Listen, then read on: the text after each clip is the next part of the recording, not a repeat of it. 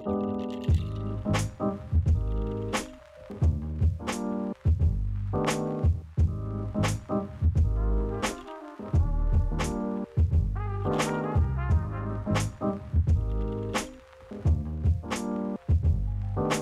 guys, it is Coco Wednesdays.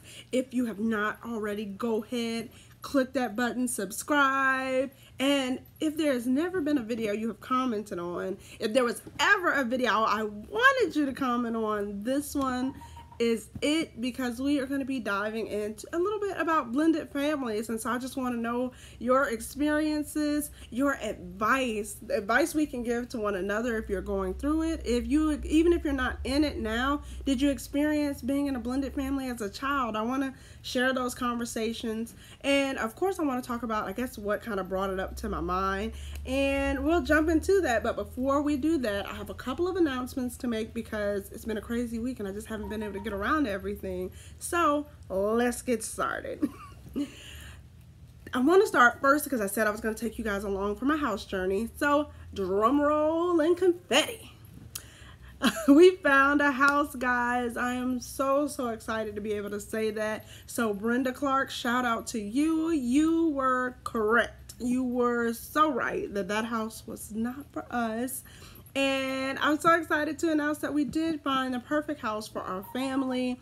It is perfect for the boys. It is great that we are closer to our stores, so we won't have to travel as far and we can just be a part of the community. And then I'll also be able to help take my parents along for the journey. I think I've convinced them, so I will be able to help them in-house and they will be able to help me as well. And so it's a fair trade-off. And no, not always, so they'll still keep their stuff in their house and space, which will definitely be something I document in that journey and what that is like on another episode. But I'm so excited and beyond grateful and recognize the blessings in it all. So definitely excited about that. And because we were looking for a house and kind of our finalization and stuff on Sunday, I wasn't able to announce the winner for our self-care box on Self-Care Sunday. So here it is, drum roll again. Now with the winner, and I'm so glad my boy was able to pull Michael Williams' name. Michael Williams has been a huge supporter of Coco Kinsey, of Coco Wednesdays, and I'm so grateful just for the support, for believing, for sharing. I appreciate you so much. So I will definitely be getting in contact with you and messaging you just to ensure that I have your address, and I will be sending you the stuff for this month's self-care box. So if you have not subscribed, go ahead and subscribe because you could be the next winner. And also just get some things that make you feel good and hopefully get some info on the Coco Wednesdays that make you feel good as well. So let's get into today's topic. Well, what inspired me? There has been so much conversation about Kirk Franklin, and if you have not heard, then Kirk Franklin, gospel artist, gospel sensation, huge megastar in the gospel world. Kirk Franklin was taped by his 33-year-old son, and some kind of argument that they must have been in, and he was cursing, and he called him a couple of not nice words. He said some not nice words, some words that, you know, I didn't like hearing, but that's a whole nother story. And so people were outraged. Some people were like, well, you know, he's human and, you know, and we lose it sometimes. And some people were like, no, he is a man of God and more is required. And what he puts out there is what he should live by. For me, I personally, I do feel like as humans, we lose it sometimes. We are human. We will not be perfect. We will not be perfect, and it's so easy to get caught up in a moment. But I also will say that I do hope that, you know, I hope to never use those words with my boys. I have not been cursed at in that way ever, and I hope to never be cursed at like that. But again, no judgment, like, because it happens. We fall from grace sometimes. It is. I mean, we lose it, and we are all just trying our best. But I am going to tell you what bothered me, because that was the conversation I kept seeing going around that bothered people. Now, I will say what bothered me in the apology tour that he's been doing, and this is what I want to see what's been bothering you. Like, what do you guys think about this? And the apology tour that he's kind of been giving, I noticed that he kept saying that my son, or my eldest son, has been a problem for my family for many years. And for me, being a mother, a stepmother, and in a blended family, if you don't know, I am a stepmom to a beautiful, smart, intelligent, handsome 10-year-old named Chase. I love him dearly. He is amazing. He taught me how to be a mother. I don't know if I would have been able to do so many things if I had not had him in my life. So I'm so grateful. But I noticed that Kirk Franklin kept distancing his son. And I thought about myself and my situation and my family and how would that look? And a lot of people felt or seemed to feel like, well, because it kept saying like he was a problem, and he said he had been a problem since middle school. And all I could think about really was Chase, because I kept thinking, wow, like I kept hearing him separate him. This is how I took it.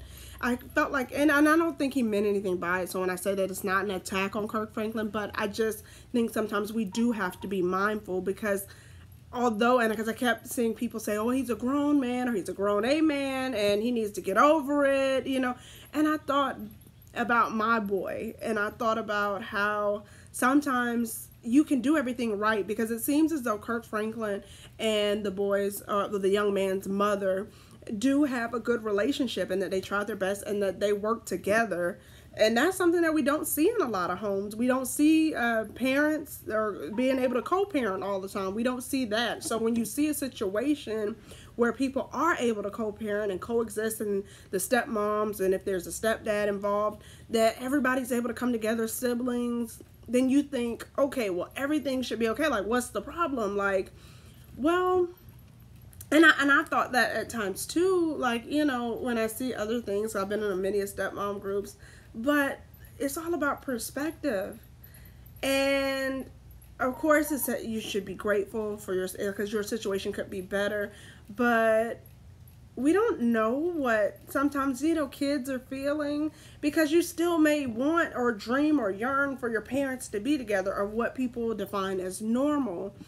And of course, it doesn't mean that you're not grateful for your parents, but sometimes it can be tough, and you don't know the trauma of that, because a lot of times people like to say get over it or dismiss it, but it's a very real thing. And I'm a person that believes all feelings are valid, and instead of kind of shushing them, then let's talk about it. And we still may not have an answer for you. We might not even be able to make it better, because obviously we can't make mommy and daddy be together. But let's have honest conversations about how it's making you feel, or, what do you want to know? And I don't know if those conversations were had in Kirk Franklin's, in his family situation, but all I kept seeing was a hurt boy. When I went back and listened to his son's video, and then just some of the other things he had posted in the past, he seemed like a hurt boy who is now a hurt man.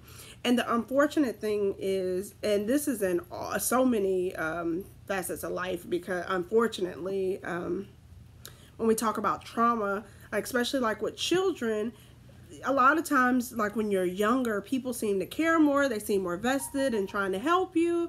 But when you get older, you're kind of discarded. Like, oh, well, you should get over it, or you should move past it. Well, these kids grow up.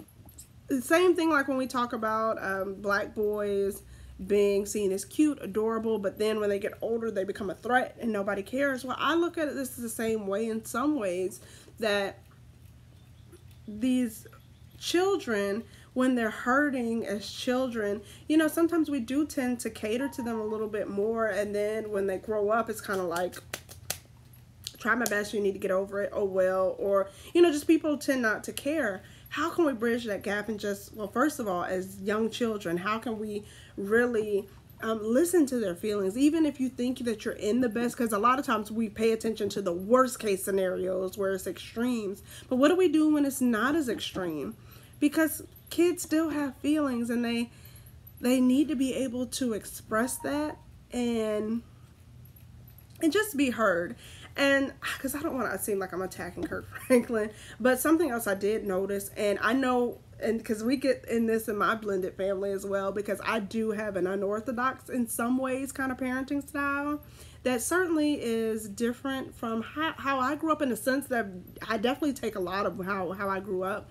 But I kept hearing Kirk Franklin talk about respect, and he is so correct. Your child, people, I don't care who it is, should respect you, because that's just the first basis of human relationship is respect.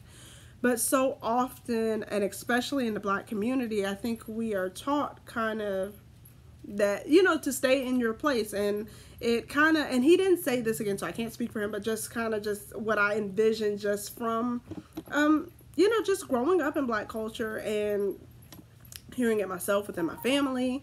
And just kind of like the position of children are better seen, not heard. And, you know, you will respect me by all means. And just kind of children not having a voice. And I am so anti that, because children, they're still human. And of course, we are here to lead them and guide them. That's what we are here for. But they still deserve a voice and to be heard. I have been in my stepson's life since he was just a little bit younger than 1 year old. Now I see the judgment. Now that's a whole nother conversation that I definitely will get into on another Cocoa Wednesdays, because I definitely think it's worth the conversation. But you know, like, for all he knows really is his dad and I, and his mother and his stepfather. That is what he knows, as far back as he can remember. But he still struggles sometimes and has questions, and he wants to know. And I try to be as age appropriate, but I try to be very transparent, because I think that he deserves honesty, and he deserves to be able to talk about how he's feeling, because the worst thing you can do is keep it bottled up, because this is the result, is he becomes a angry young man who has bottled up his emotions, who has not been able to have a voice. And I'm not saying that's the case per se with this, because I don't know all the ins and outs, but I've seen enough other situations where when younger kids are not given a voice or an outlet to truly be able to express how they feel, then they do become bitter and they become angry, because they were never able to express truly how they felt or deal with.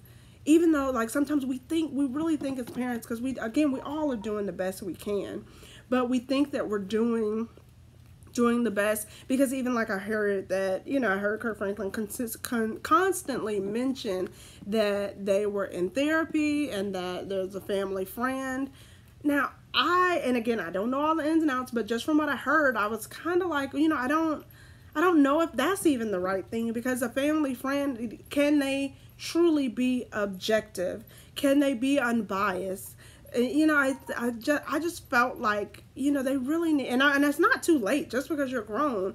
Like, I really feel like they should have somebody come in completely just who is unknown, but again has the credentials, but that can come and really just have honest conversation without, you know, all the back knowledge or something that ties them to either party. So that is good to have after the fact, once we have done the true work. Of course, it's always good to have support of people who love you both. But when it comes to certain things, I really do think you really, really need to have an unbiased party who can listen to everyone, who feels comfortable calling everybody on their crap, and who can really see everything, and it really can be an advocate, because that's pretty much what it's all boils down to, is the children need an advocate for them, somebody to be that voice, somebody who they can feel comfortable with telling them how they feel. And as parents, of course, we want our kids to be comfortable coming to us, as they should. They should totally feel comfortable coming to us and expressing themselves. But there are sometimes where they, especially in this kind of situation with blended families, where they feel a little bit uneasy. They may feel like it's not their place to say it's uncomfortable, let's allow them the space to have those conversations, to say what maybe may make us feel a little bit uncomfortable. Like, and I'll use myself as an example. It has not come up in that kind of way, but if it does, like, because I've been in my stepson's life since he was a little bit younger than 1, as he gets older and he does the math, like, he may have some questions. Well, what does that look like? Do it? No, it's none of your business. No, it's an honest conversation. That is what you do. That is how you gain and keep their trust. And I'm like, again, I'm so honored to be his stepmom. I'm so honored to have him in my life. I'm so honored for what he does for his brothers, what he teaches them, what he teaches me. So I give him the respect that, by me giving him that respect, that I must say that he's always given me. And even in the roughest of times, which really I can't say because I've seen some rough times. We really haven't had that rough a time. But, you know, we give that, and it allows us to continuously have breakthroughs where we're able to truly be honest, and that trust is there, that he knows that when I'm telling him something, it's because I love him. It's not any kind of motive behind it, because that trust is there. So that is really important. That's something that I felt that I was on my heart to speak about. Just, I want to talk about blended families. I want to know what works for you guys. What do you think about being transparent with the children? What did you think about when you saw the situation with Kirk Franklin? And not necessarily, I don't want to hear about the cursing because that is deaded, but I really want to hear what you guys thought about the blended family aspect, and just you know, how you may feel it played a part. And I mean, you do not have to agree with me at all. Totally don't care. I am so open for healthy dialogue. That's what the world thrives on. That's what it runs on. So if you don't agree, totally fine. Let's talk about it in the comments. Definitely, again, thank you for this time and space. Like, share, subscribe, and I will look for you guys in the comments. Also, follow me on Instagram. I try to leave like positive stuff, share some of my family stuff so you can see the beautiful people that I'm talking about. You can find me on Instagram, it's Coco Kinsey. Find me on Facebook, it's Coco Kinsey. And I'm still learning Twitter, but find me on Twitter, it's Coco Kinsey. Thank you for sharing this space, time with me. I wholeheartedly appreciate it. Much love, light, blessings. And I will talk to you guys real soon. Peace.